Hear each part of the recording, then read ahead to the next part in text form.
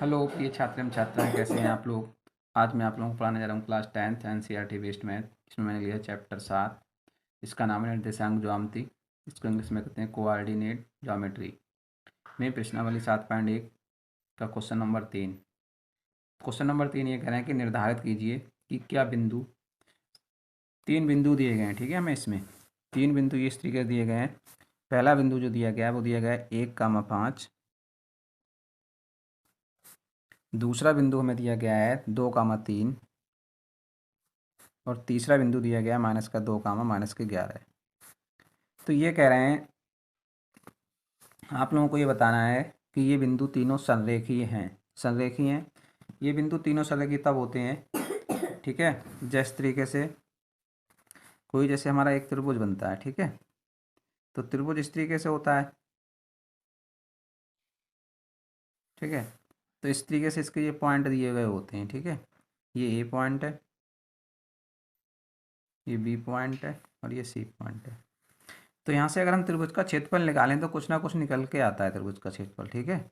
अगर ये त्रिभुज का क्षेत्रफल अगर यहाँ से 0 निकल के आता है तो ये तीनों बिंदु एक ही रेखा में होते हैं। एक रेखा का मतलब होगा ये संरेखीय होंगे। तो ये तीनों बिंदु किस तरीके से होंगे, इस तरीके से होंगे, ए बी और सी, ठीक है। ये ए बिंदु, ये बी, ये सी, तो तीनों बिंदु एक ही रेखा में होंगे। तो यहाँ से हम त्रिभुज का क्षेत्रफल का सूत्र लगाएंगे।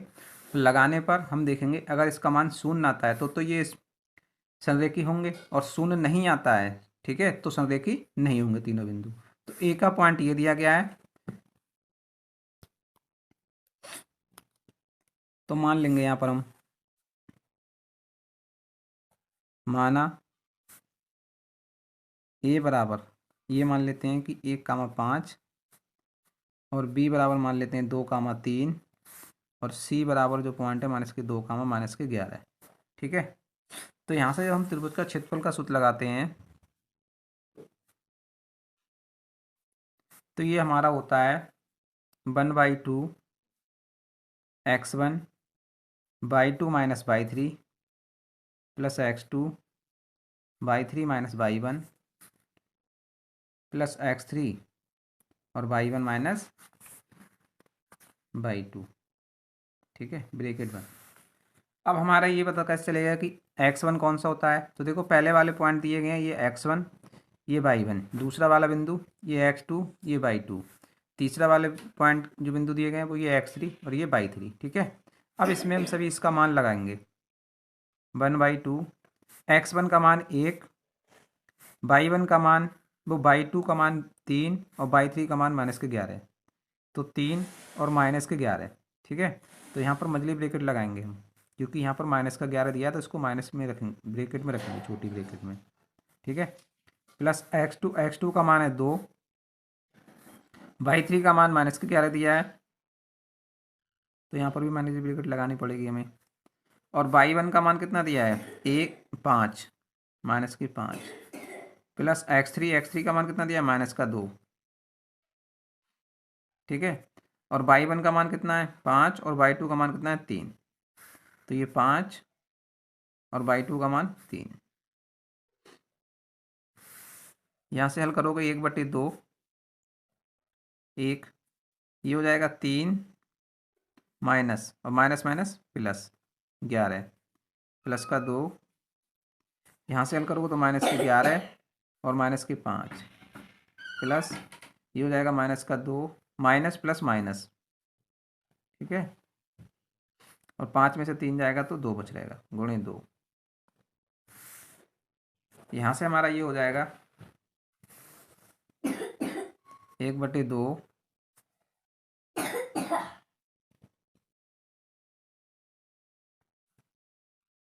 3 और प्लस 11 जुड़ जाएंगे तो 14 हो जाएंगे, प्लस 2 और गुणे 11 माइनस के 5 माइनस के जोड़ेंगे तो माइनस के दोनों 16 हो जाएंगे, माइनस 2 दूनी 4 हो जाएगा ये।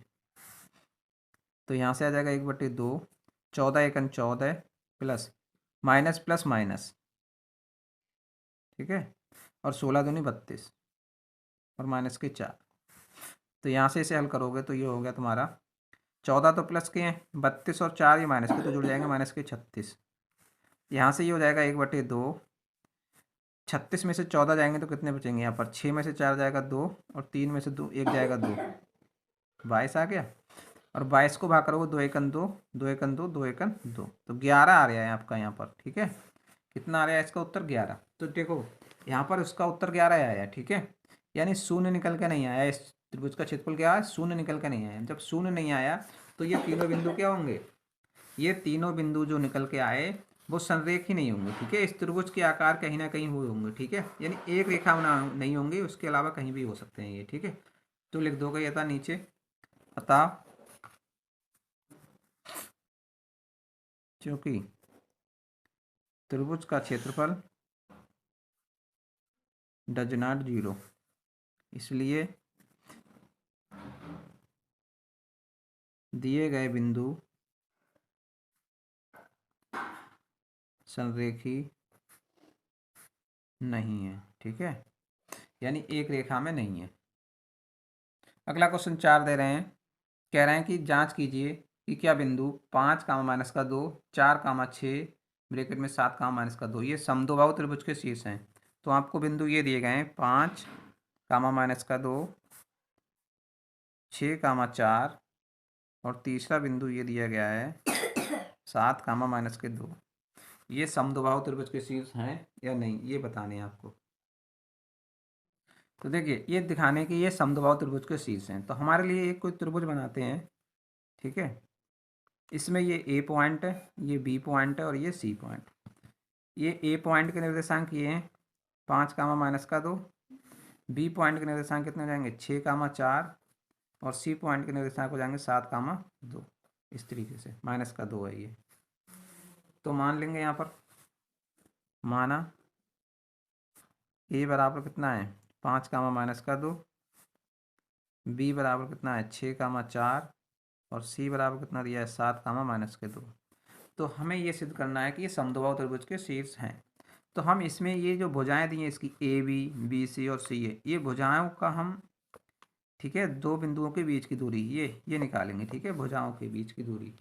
तो ये ए बी दूरी और बी सी दूरी और सी ए दूरी, अगर ये तीनों में कोई भी दो भुजाओं की दूरी बराबर आ रही है तो ये समद्विबाहु त्रिभुज होगा। और अगर दो भुजाओं की कोई सी भी समान दूरी नहीं आ रही है तो ये समद्विबाहु त्रिभुज नहीं होगा। क्योंकि समद्विबाहु त्रिभुज वह त्रिभुज होता है जिसकी दो भुजाएं आपस में बराबर होती हैं। ठीक है, कोई सी भी दो भुजाएं इसमें आपस में बराबर हो जाएंगी। तो सबसे पहले हम देखो ए बी बराबर निकालेंगे। ए बी बराबर यानी दो बिंदुओं के बीच की दूरी जब निकालते हैं तो सूत्र क्या लगाते हैं, x2 माइनस x1 का whole square plus y2 minus y1 का होल स्क्वायर। ठीक है, जब ए बी के बीच की दूरी निकाल रहे हैं तो बी वाले बिंदु हैं जो, ये हमारा क्या होगा x2 होगा, ये y2 होगा, और ए वाले बिंदु का निर्देशांक ये x1 होगा, ये y1 होगा। ठीक है, तो हमें यहाँ पर x2 कितना है 6 और x1 कितना है 5, इसका होल स्क्वायर प्लस y2 कितना है 4 और y1 कितना है माइनस का 2। ठीक है, तो माइनस और माइनस यहाँ पर देखो है लगा हुआ, तो माइनस माइनस क्या हो जाएगा प्लस हो जाएगा, ये इसका होल स्क्वायर। तो 6 में से 5 जाएगा तो 1 का होल स्क्वायर और 4 और 2 कितने हो जाएंगे 6 का होल स्क्वायर।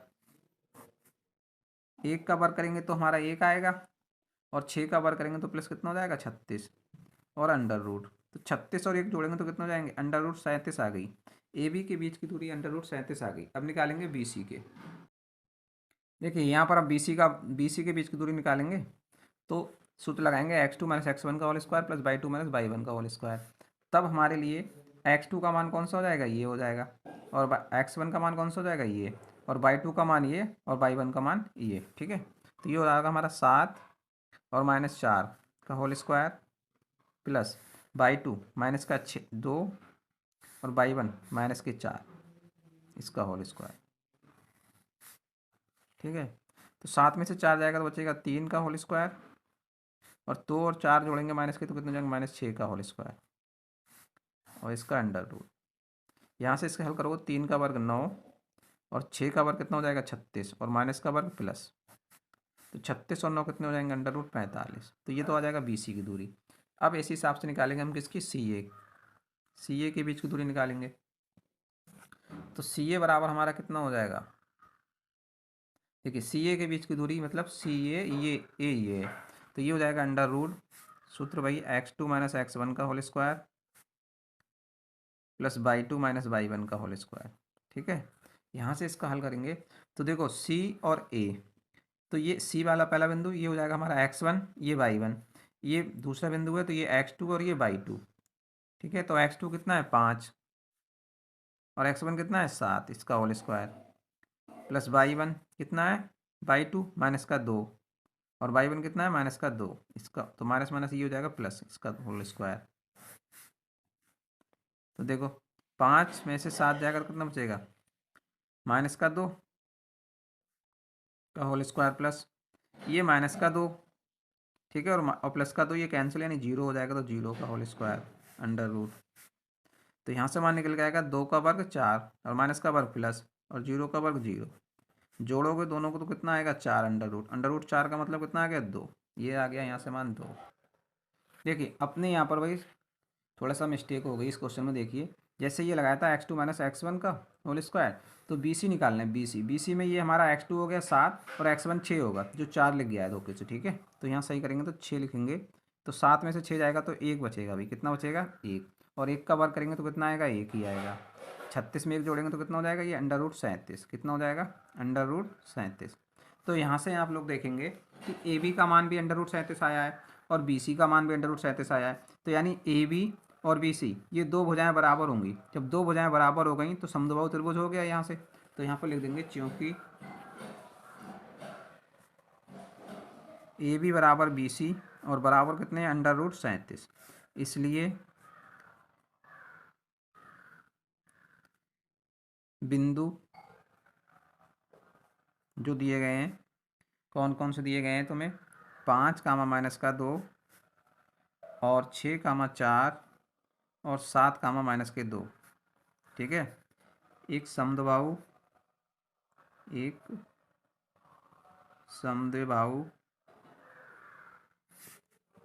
त्रिभुज के शीर्ष है। ठीक है, ये यहाँ पर लिख दो। जब दोनों दो भुजाएं बराबर आ रही हैं तो यहाँ से क्या हो रही है समद्विबाहु त्रिभुज बनने आई है, और कोई दो भुजाएं बराबर नहीं आती तो समद्विबाहु त्रिभुज नहीं बनता। ठीक है।